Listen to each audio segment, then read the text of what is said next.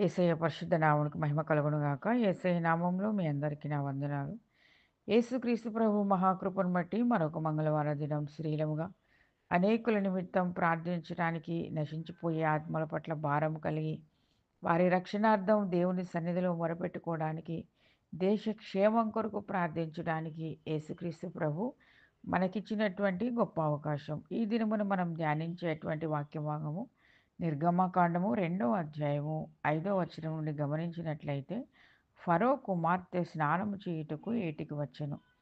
ఆమె పనికెత్తెలు ఏటి ఒడ్డున నడుచుచుండగా ఆమె నాచులోని ఆ పెట్టెను చూచి తన పనికత్తెను ఒకతను పంపి దాన్ని తెప్పించి తెరచి ఆ పిల్లవాడిని చూచినప్పుడు ఆ పిల్లవాడు ఏడ్చుచుండగా చూచి వాని యందు కనికరించి, మహాపరిశుద్ధుడు అయిన తండ్రి, ప్రేమ అంటే యేసయ్య, వాక్య భాగం ద్వారా మాతో మాట్లాడండి. వాక్యంలో ఉన్న సత్యములను గ్రహించినట్లుగా నీ కృపను మాకు అనుగ్రహించండి. వినివారును గ్రహించుటకు సహాయం చేయమని యేసునామమున అడుగుచున్నాం తండ్రి. ఆమేన్. ఈ దినమున మనం ధ్యానించేటువంటి స్త్రీ ఫరో కుమార్తె. ఐగుప్తు దేశానికి రాజు అయినటువంటి ఫరో యొక్క కుమార్తె గురించి ఈ దినమున మనం ధ్యానిస్తున్నాం. ఆమె స్నానం చేయడానికి ఏటికి వచ్చింది. ఆమెతో పాటు తన చెలికత్తెలు, పనివారు వచ్చారు. ఆమె స్నానానికి ఏటిలోకి దిగినప్పుడు తన పనికత్తెలు ఏటి ఒడ్డున నడుచుచుండగా ఫరో కుమార్తె నాచులో ఉన్నటువంటి పెట్టెను చూసింది. ఆ పెట్టెలో ఏముంది? అసలు ఆ పెట్టె ఏంటి అని తన పనికత్తెను పిలిపించి ఆ పెట్టెను తెప్పించినట్లుగా మనం ఇక్కడ చూస్తున్నాం. ఇజ్రాయేలు ఐగుప్తు దేశంలో ఉన్నప్పుడు బహుజనాంగం విస్తరించిపోతున్నటువంటి సమయంలో ఫరో రాజు ఆజ్ఞాపించాడు. ఇజ్రాయేలీలలో మగపిల్లవాడు పుడితే కాన్పు పీటల మీదనే చంపేయమని షిఫ్రా పూయాలకు ఆజ్ఞాపించాడు. మంత్రసానులకు ఆజ్ఞాపించాడు రాజు. అటువంటి పరిస్థితులలో లేవి వంశస్థుడొకడు లేవి కుమార్తెను వివాహం చేసుకున్నప్పుడు పుట్టినటువంటి సంతానము వారా కుమారుణ్ణి 3 నెలలు పెంచి ఎక్కడ చంపేస్తారో, ఎవరు చంపేస్తారో అనేటువంటి భయముతో 3 నెలలు ఎంతో జాగ్రత్తగా బాలుడిని పెంచారు. కానీ తర్వాత పెంచలేకపోయారు. ఆ కుమారుడిని దాచలేక వాని కొరకు ఒక జమ్ము పెట్టె తీసుకొని దానికి జిగటమన్నును, కీలును పూసి అందులో ఆ పిల్లవాడిని పెట్టి ఏటి ఒడ్డున జమ్ము పెట్టెలో దాన్ని ఉంచగా, చూడండి వీరు ఏ విధంగా జమ్ము పెట్టెలో పెట్టి ఆ కుమారుడిని వదిలేశారు. ఆ పెట్టె ఏమైపోద్ది? ఆ పెట్టెని ఎవరు తీస్తారు? ఆ పెట్టెలో ఉన్నటువంటి కుమారుడు బ్రతుకుతాడా? ఎవరైనా చంపేస్తారా? ఇవన్నీ ఆలోచనలు వాళ్ళు కలిగి ఉన్నప్పటికి కూడా దేవుని మీద వారు భారం వేశారు. దేవుడే ఈ కుమారుడిని కాపాడాలి. దేవుడే ఈ కుమారుడిని బ్రతికించాలి. దేవుడే ఈ కుమారుడి విషయంలో ఆయన చేయాలనుకున్న ప్రణాళిక ఈ కుమారుడి ద్వారా నెరవేరాలి. కానీ తల్లిదండ్రులు మాత్రం ఆ కుమారుడు చనిపోవాలని ఆశపడలేదు. దేవుడు ఏ విధంగైనా ఈ బాలుడిని బ్రతికిస్తాడు. దేవుడు తన గొప్ప ప్రణాళికను నెరవేర్చుకుంటాడు అని తల్లిదండ్రులుగా వారు ఆశపడ్డారు. జమ్ము పెట్టెలో పెట్టి దానికి కీలు పూసి నదిలో వదిలేశారు. అంత మాత్రమే కాదు, వారి యొక్క కుమార్తెను ఆ పెట్టెకు కావలిగా ఉంచారు. ఎవరొస్తారు? ఆ పెట్టెని ఎవరు తీస్తారు? ఏం జరుగుతుందో కనిపెట్టుకొని ఉండడానికి వారి యొక్క కుమార్తెను అక్కడ ఉంచినట్లుగా మనం చూస్తున్నాం. చూడండి, ఫరో యొక్క కుమార్తె ఆమె యొక్క దృష్టి ఆ పెట్టె మీద పడ్డట్లుగా మనం ఇప్పుడు ధ్యానిస్తున్నాం. 5వ వచనంలో, ఫరో కుమార్తె స్నానము చేయుటకు ఏటికి వచ్చెను. ఆమె పనికత్తెలు ఏటి ఒడ్డున నడుచుచుండగా ఆమె నాచులోని ఆ పెట్టెను చూచి తన పనికత్తెను ఒకతను పంపి దాన్ని తెప్పించింది. ఆ పెట్టెను చూసినప్పుడు ఆ పెట్టెలో ఏముందో చూడాలని ఆశపడింది. ఆమె ఒక రాజకుమార్తె. ఆ పెట్టెతో ఈమెకేమవసరం? నాచులో ఉన్నటువంటి ఆ పెట్టెను చూసి దాన్ని తెప్పించుకొని దాన్ని తెరిపించి అందులో ఉన్నదాన్ని చూడాలనే ఆశ ఆమెకెందుకు కలిగింది? దేవుని యొక్క ప్రణాళికలు ఎంతో ఆశ్చర్యం. దేవుని యొక్క కార్యాలు ఎంతో గొప్పవి. దేవుడు తన చిత్తాన్ని నెరవేర్చడానికి ఎవరినైనా ఆయన ఉపయోగించుకుంటాడని ఇక్కడ మనం గ్రహించాలి. చూడండి, తెరచి ఆ పిల్లవాడిని చూచినప్పుడు, ఆ పిల్లవాడు ఏడ్చుచుండగా చూచి వాని యందు కనికరించి, యేసయ్య పరిశుద్ధ నామమునకు మహిమ కలుగును గాక. ఆ పిల్లవాని యందు కనికరం పుట్టింది. ఆ పిల్లవాడు ఆ పెట్టెలో ఉండి ఏడుస్తా ఉన్నాడు. అటువంటి పరిస్థితులలో ఆ పెట్టెను తెరిచి చూచినప్పుడు ఫరో కుమార్తెకు ఆ బాలుడి మీద కనికరము కలిగింది. వీడు హెబ్రీయుల పిల్లలలో ఒకడు, హెబ్రీయుడని గుర్తుపట్టేసింది. ఫరో కుమార్తె వీడు హెబ్రీయుడని గుర్తుపట్టింది. ఆమె యొక్క తండ్రి రాజు, ఆయన ఆజ్ఞాపించాడు ఏమని? మగపిల్లల్ని కాన్పు పీటల మీదనే చంపేయాలని. కానీ ఇక్కడ ఆశ్చర్యం ఏంటంటే ఫరో యొక్క కుమార్తెకు ఆ హెబ్రీయుల పిల్లవాడి మీద కనికరము కలిగింది. ఆ కనికరం దేవుడే కలగజేశాడు. తల్లిదండ్రులు మొరపెట్టుకుంటున్నారు. తల్లిదండ్రులు దేవుని సన్నిధిలో ప్రార్థిస్తున్నారు. ప్రభువా, పిల్లవాడిని కాపాడు. ఆ పిల్లవాడు చనిపోవటం మాకిష్టం లేదు. ఆ పిల్లవాడు ఒక ప్రయోజకుడు కావాలా? ఇజ్రాయేలు బానిసత్వం నుండి విడిపించడానికి ఆ పిల్లవాడిని నిలబెట్టుకోమని తల్లిదండ్రులు ఒకవేళ మొరపెట్టుకొని ఉండొచ్చు. దేవుని యొక్క చిత్తము నెరవేర్చుకోవడానికి దేవుడు ఎవరినైనా వాడుకుంటాడు. దేవుడు ఎవరినైనా కదిలిస్తాడు. ఎవరినైనా నిలబెట్టుకుంటాడు. అందుకనే గొప్ప గొప్ప కార్యాలు మనం పరిశుద్ధ గ్రంథంలో చూడగలం. యోసేపును ఐగుప్తుకు ప్రధానిగా చేయడానికి ఎటువంటి ప్రణాళిక ఆయన వేశాడో చూడండి. ఎవరి ద్వారా రక్షించుకున్నాడో చూడండి. తన అన్నలు యోసేపును చంపాలని కనిపెట్టుకొని చూస్తూ ఉన్నారు. గుంటలో పడేశారు. మరి చంపేయాలని ఆశపడ్డారు. తను వేసుకున్నటువంటి అంగీని చింపేసి ఆ గొర్రెపిల్ల యొక్క రక్తం దానికి పూసి, నీ కొడుకు చనిపోయాడు అని వారి యొక్క తండ్రికి చూపించి, తన తండ్రిని దుఃఖ శోకములో ముంచివేసి ఇష్మాయేలీయులకు అమ్మేసినప్పుడు వారు తీసుకెళ్ళి ఐగుప్తులో అమ్మేశారు. ఐగుప్తుకు ప్రధాని అయ్యాడు. ఎంత గొప్ప ప్రణాళిక చూడండి. రాజులకు కనికరం పుట్టించాడు. అధిపతులకు కనికరం పుట్టించాడు. యోసేపుకు దేవుడు తోడై ఉన్నందున అతడు చేయనిదంతయు సఫలమయ్యెను. అదేవిధంగా గొర్రెలు కాసుకునేటువంటి దావీదును దేవుడు రాజుగా చేశాడు. గొల్యాతును చంపి ప్రజలందరూ, ఇజ్రాయేలందరూ భయపడుతున్నటువంటి పరిస్థితులలో గొర్రెలు కాసుకునేటువంటి దావీదొచ్చి జీవం కలిగినటువంటి యెహోవా నామం పేరట యుద్ధము యెహోవాదే అని ప్రకటించి గొల్యాతును చంపేశాడు. ఇజ్రాయేలు దేశానికి రాజుగా దేవుడు నిలబెట్టుకున్నాడు. ఎంత గొప్ప కార్యాలు! దేవుని ప్రణాళికలో మనం ఉన్నట్లయితే దేవుడు తన చిత్తాన్ని నెరవేర్చడానికి, తన ప్రణాళికను నెరవేర్చడానికి ఎవరినైనా దేవుడు వాడుకోగలడని ఇందును బట్టి మనం తెలుసుకోవాలి. మనం చేయాల్సింది ఏంటంటే దేవుని మాటలకు లోబడాలి. దేవుని చిత్తాన్ని నెరవేర్చడానికి ఆశపడాలి. దేవుని నామానికి భయపడాలి. ఆయన కార్యాలు గొప్పవని మనం నమ్మాలి. అందుకనే అక్కడ ఏం జరిగిందంటే ఫరో కుమార్తెకు ఆ చిన్న పిల్లవాడి మీద కనికరం కలిగించి వీడు హెబ్రీల పిల్లలలో ఒకడు అనెను. అప్పుడు వాని అక్క ఫరో కుమార్తెతో, నీ కొరకు ఈ పిల్లవాడిని పెంచుటకు నేను వెళ్ళి హెబ్రీ స్త్రీలలో ఒక దాదీని పిలుచుకొని వస్తున్నా అనెను. చూసారా ఎంత గొప్ప కార్యం! ఆ పిల్లవాడి యొక్క అక్క అక్కడ కాపలా కాస్తుంది. ఆ పెట్టెలో ఉన్నటువంటి తమ్ముడు ఏమైపోతాడో, ఆ పెట్టెను ఎవరు తీస్తారో కాపలా గాయడానికి తల్లిదండ్రులు ఆ బిడ్డను అక్కడ ఉంచినప్పుడు ఫరో కుమార్తె ఆ పెట్టెను చూస్తున్న సమయంలో వెంటనే ఆ చిన్న బిడ్డ అక్కడికొచ్చింది. ఆ బిడ్డ ఏమని మాట్లాడుతుందో చూడండి. అప్పుడు వాని అక్క ఫరో కుమార్తెతో, నీ కొరకు ఈ పిల్లవాడిని పెంచుటకు నేను వెళ్ళి హెబ్రీ స్త్రీలలో ఒక దాదిని పిలుచుకొని వస్తున్నా. ఎంత అద్భుతకరమైనటువంటి కార్యం అక్కడ జరిగింది. ఆ చిన్న బిడ్డ వెంటనే ఫరో కుమార్తె వద్దకు వెళ్ళింది. ఎంత ధైర్యం! ఆ చిన్న బిడ్డకి ఫరో యొక్క కుమార్తె, రాజు యొక్క కుమార్తెతో మాట్లాడడానికి ఎంత ధైర్యము, ఎంత జ్ఞానము, ఎంత వివేకంతో వెళ్ళిందో చూడండి. ఆ పిల్లవాడిని పెంచడానికి, ఆ పిల్లవాడికి పాలు తాగే వయసు, వాడికి పాలు తాగించడానికి హెబ్రీ స్త్రీలలో ఒక దాదిని పిలుచుకొని వస్తున్నా నేను.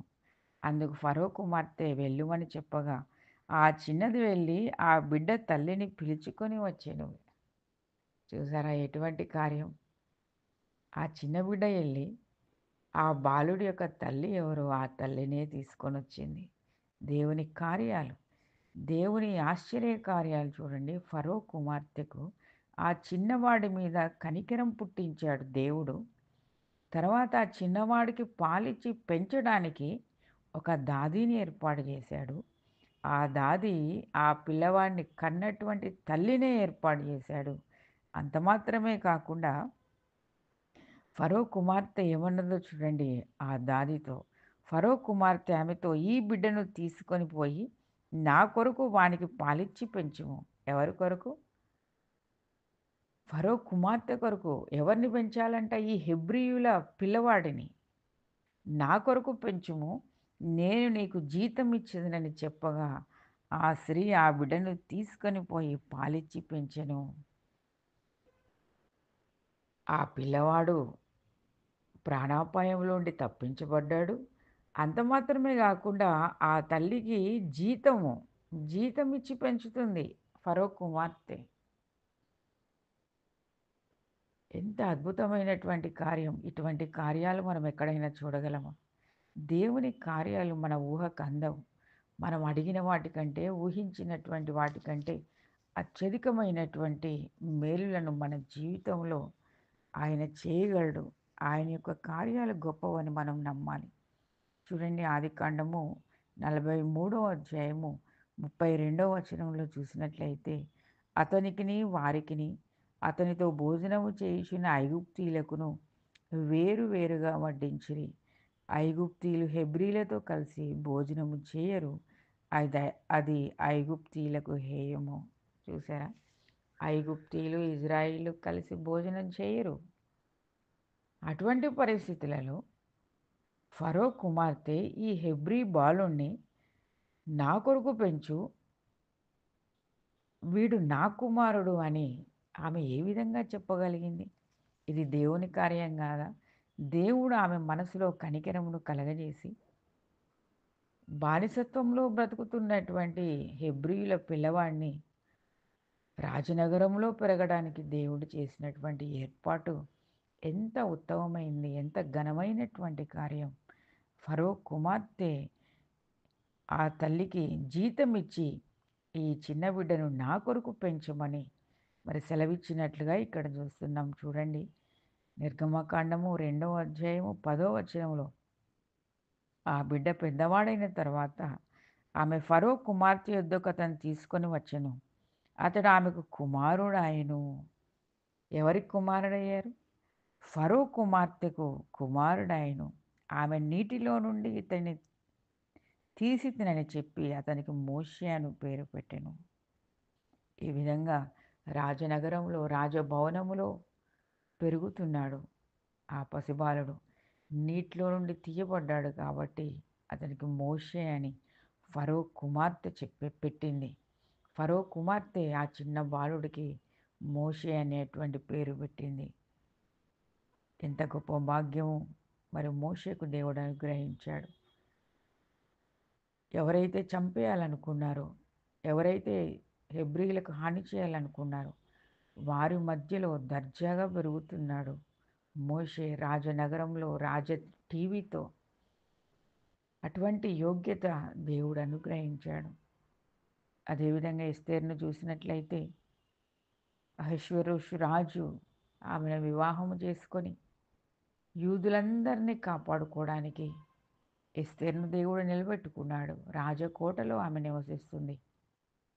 దేవుని కార్యాలు ఎంతో ఉన్నతమైనవి.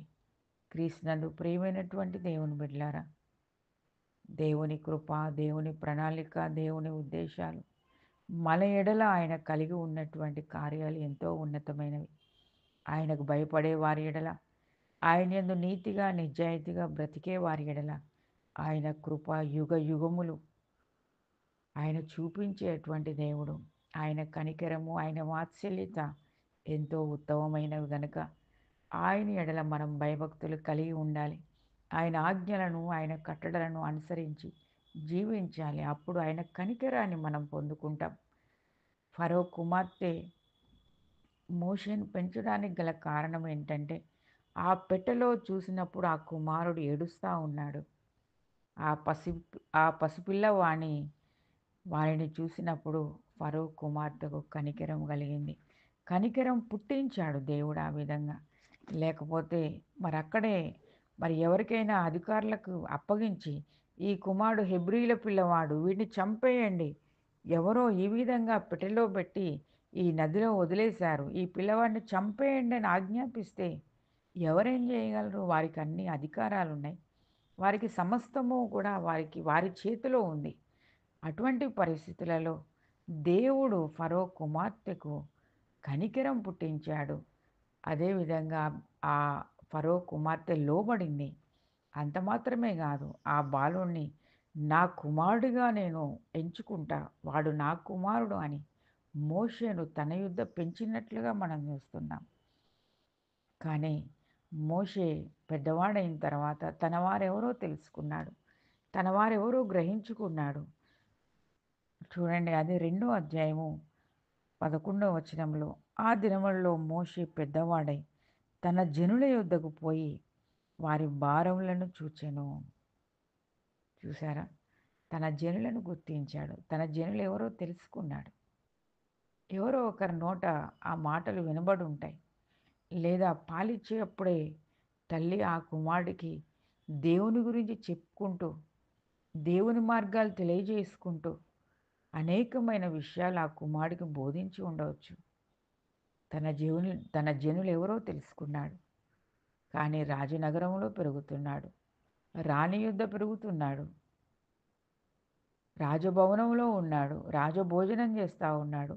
ఐగుప్తీయుల సకల విద్యలలో ప్రావీణ్యత కలిగినటువంటి వాడు 40 సంవత్సరాల రాజభవనంలో ఉన్నాడు. ఎన్నో రకముల విద్యలను, నైపుణ్యతలను ఆయన నేర్చుకున్నాడు. రాజు యుద్ధ పెరుగుతున్నాడంటే ఆ హోదా, ఆ గౌరవము, ఆ యొక్క విలువలు, ఆ యొక్క పద్ధతులు, అక్కడ ఉన్నటువంటి సంస్కారం సమస్తం ఆయన నేర్చుకున్నాడు. అన్నిట్లో కూడా ఎంతో యోగ్యమైన రీతిలో ఆయన పెరిగాడు. అయితే మోషేకు దేవుడు తోడై ఉన్నాడు. తన వారిని గ్రహించాడు. తన ప్రజల యొక్క భారాన్ని ఆయన చూశాడు. వీరిని ఏ విధంగా విడిపించాలి అని తన మనసులో ఆలోచనలను కలిగి ఉన్నాడు. తన వారిని కాపాడుకోవడానికి ప్రయత్నం చేశాడు. అందుకనే కదా అక్కడ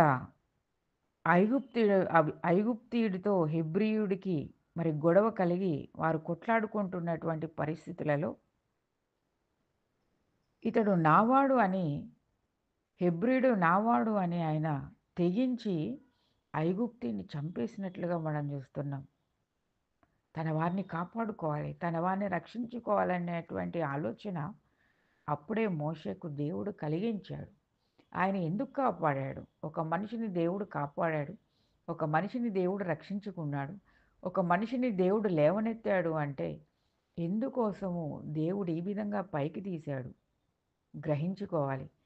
దేవుని యొక్క ఉద్దేశం ఏంటి? దేవుని యొక్క ప్రణాళిక ఏంటి? వారు గ్రహించుకోవాలి. దేవుని కార్యాలు చేయడానికి లోబడాలి. దేవుని చిత్తం నెరవేర్చడానికి లోబడాలి. మోషే తెలుసుకున్నాడు. చూడండి, హెబ్రీయులకు రాసిన పత్రిక 11వ అధ్యాయము 23వ వచనం నుండి చూసినట్లయితే, మోషే పుట్టినప్పుడు అతని తల్లిదండ్రులు ఆ శిశువును సుందరుడై ఉండుట చూచి విశ్వాసమును బట్టి రాజాజ్ఞకు భయపడక, యేసయ్య పరిశుద్ధ నామమునకు మహిమ కలుగును గాక, కేవలం విశ్వాసం దేవుడి మీద ఉంచారు. పెట్టెలో పెట్టి నదిలో విడిచిపెట్టారు అనంటే ఆ కుమారుడు ఏమైపోతాడు? ఎవరికి దొరుకుతాడు? ఎవరా కుమారుడిని చంపేస్తారు అనే ఆలోచన కాదు గానీ, దేవుని మీద విశ్వాసం ఉంచారు. దేవుడే ఈ బాలుడిని కాపాడుతాడు. దేవుడే ఈ కుమారుడిని రక్షించుకుంటాడు. దేవుని మీద భారమేసినట్లుగా మనం ఇక్కడ చూస్తున్నాం. మోషే పుట్టినప్పుడు అతని తల్లిదండ్రులు ఆ శిశువును సుందరుడై ఉండుట చూచి విశ్వాసమును బట్టి రాజాజ్ఞకు భయపడక 3 నెలలు అతన్ని దాచిపెట్టిరి. మోషే పెద్దవాడైనప్పుడు విశ్వాసమును బట్టి ఐగుప్తు ధనము కంటే క్రీస్తు విషయమైన నింద గొప్ప భాగ్యమని ఎంచుకొని చూసారా? ఆయనకు తెలుసు తన వారు, తన ప్రజలు ఎటువంటి భారములో, ఎటువంటి బానిసత్వంలో ఉన్నారు. వారిని విడిపించాలి, వారిని రక్షించాలి అనేటువంటి ఆశ, అటువంటి కోరిక దేవుడు అతని యొక్క హృదయంలో కలిగించాడు. ఫరో కుమార్తెకు ఏ విధంగా కనికరం పుట్టించాడో, అదే విధంగా మోషేకు కూడా అటువంటి భారాన్ని కలగజేశాడు. ఇజ్రాయేలును ఐగుప్తు బానిసత్వంలో నుండి విడిపించాలి. మరి ఈ రాజభవనంలో నుండి ఏ విధంగా అతను ఇజ్రాయేలును కాపాడుకోగలడు? ఇజ్రాయేలుకు నాయకుడుగా ఏ విధంగా నిలబడగలడు అనంటే, ఐగుప్తీయుడిని ఎప్పుడైతే చంపాడో తన హృదయంలో భయం కలిగింది. పరిస్థితులు ఏ విధంగా మారిపోతున్నాయో చూడండి. రా మరి బానిసత్వంలో పెరగాల్సినటువంటి బాలుడు రాజభవనంలోకొచ్చాడు. రాజభవనంలో ఉన్నటువంటి వాడు మరి ఒక ఐగుప్తీని చంపడం ద్వారా మరి పారిపోయాడు మిద్యాను దేశానికి. మిద్యాను దేశంలో గొర్రెలు కాసుకుంటున్నటువంటి సమయంలో దేవుడు అతనితో మాట్లాడాడు. ఏ విధంగా మాట్లాడాడు? నా ప్రజలను విడిపించడానికి నేనేర్పాటు చేసుకున్నాను నిన్ను. నువ్వు వెళ్ళు ఫరో యొద్దకెళ్ళి మాట్లాడు. ఎక్కడైతే పెరిగాడో, ఎక్కడైతే రాజభవనంలో ఉన్నాడో మళ్ళీ తిరిగి అదే రాజభవనంలోకొచ్చి మోషే మాట్లాడాలి. ఎంత ఆధిక్యత చూడండి. దేవుని ప్రణాళికలను మనం ఆలోచించగలమా? దేవుని కార్యాలు మనం వివరించగలమా? దేవుని యొక్క జ్ఞానాన్ని ఎవరు తెలుసుకోగలుగుతారు? మనం గ్రహించలేము దేవుని కార్యాలు. కానీ దేవుని మాటకు లోబడడం ఒకటే మనం నేర్చుకోవాలి. ఎప్పుడైతే లోబడతామో ఆయన ప్రణాళికను ఆయన నెరవేర్చుకుంటాడు. మోషే ఏమన్నాడో చూడండి. 24వ వచనంలో మోషే పెద్దవాడైనప్పుడు విశ్వాసమును బట్టి ఐగుప్తు ధనము కంటే క్రీస్తు విషయమైన నింద గొప్ప భాగ్యమని ఎంచుకున్నాడు. హెబ్రీ 11:24వ వచనంలో ఆయన పెద్దవాడైనప్పుడు విశ్వాసమును బట్టి ఐగుప్తు ధనము కంటే క్రీస్తు విషయమైన నింద గొప్ప భాగ్యమని ఎంచుకొని అల్పకాలము పాపభోగమును అనుభవించుట కంటే దేవుని ప్రజలతో శ్రమ అనుభవించుట మేలని ఎంచి ఫరో కుమార్తె యొక్క కుమారుడని అనిపించుకొనుటకు ఒప్పుకొనలేదు. ఏలయనగా చూసారా? ఫరో యొక్క కుమార్తె అని కుమారుడని అనిపించుకోవడానికి ఒప్పుకోలేదు. కొద్ది కాల శ్రమల కోసం అల్పకాలమైనటువంటి శ్రమలను, అల్పకాలము పాపభోగములను అనుభవించుట కంటే దేవుని ప్రజలతో శ్రమలు అనుభవించుట మేలని ఎంచుకున్నాడు. ఏది యోగ్యమైందో ఎంచుకున్నాడు. ఏది మేలో ఎంచుకున్నాడు.